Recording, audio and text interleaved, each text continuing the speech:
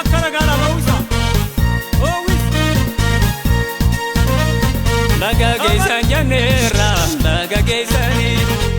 geessan jenneerra baga geessanii misirroo lamaan heeruma keessanii baga geessan jenneerra baga geessanii baga geessan jenneerra baga geessanii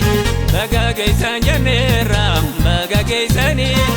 misirroo lamaan heeruma keessanii baga geessan jenneerra baga geessanii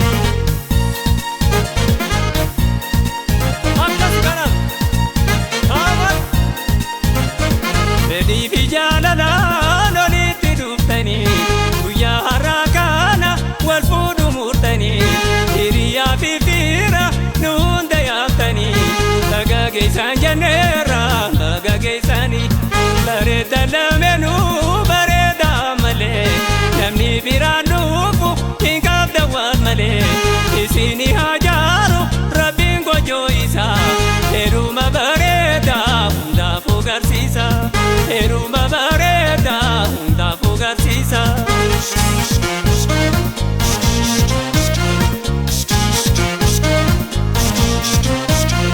Itee bakkii keessaan bareedee abaaboon dirreen sosoite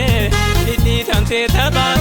manni keessan oowwee guuteemtee keessummaan heeruma keessanii har'a baga geessan heeruma keessanii har'a baga geessan taphachiisa taphata hundi maraa wal qabata taphachiisa taphata ni oowwifna gammachuudhaan taphachiisa taphata ni oowwifna gammachuudhaan taphata taphachiisa ni oowwifna gammachuudhaan.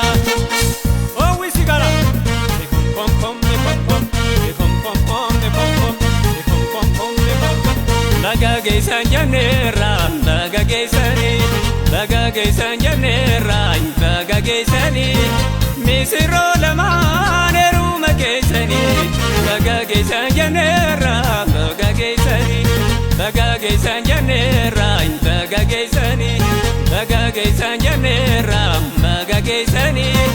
misirroo lamaan heeruma keessanii baga geessan jenneerra baga geessanii.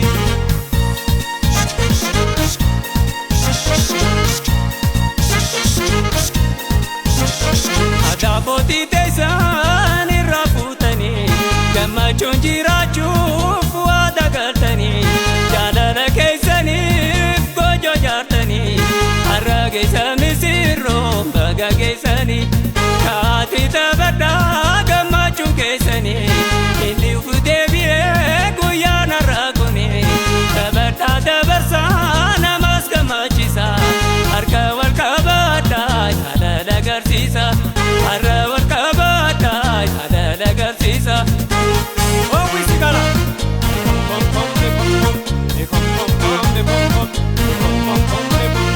Itee bakkii keessaan bareedee abaaboon dirreen sosoite itti tamtee taphaan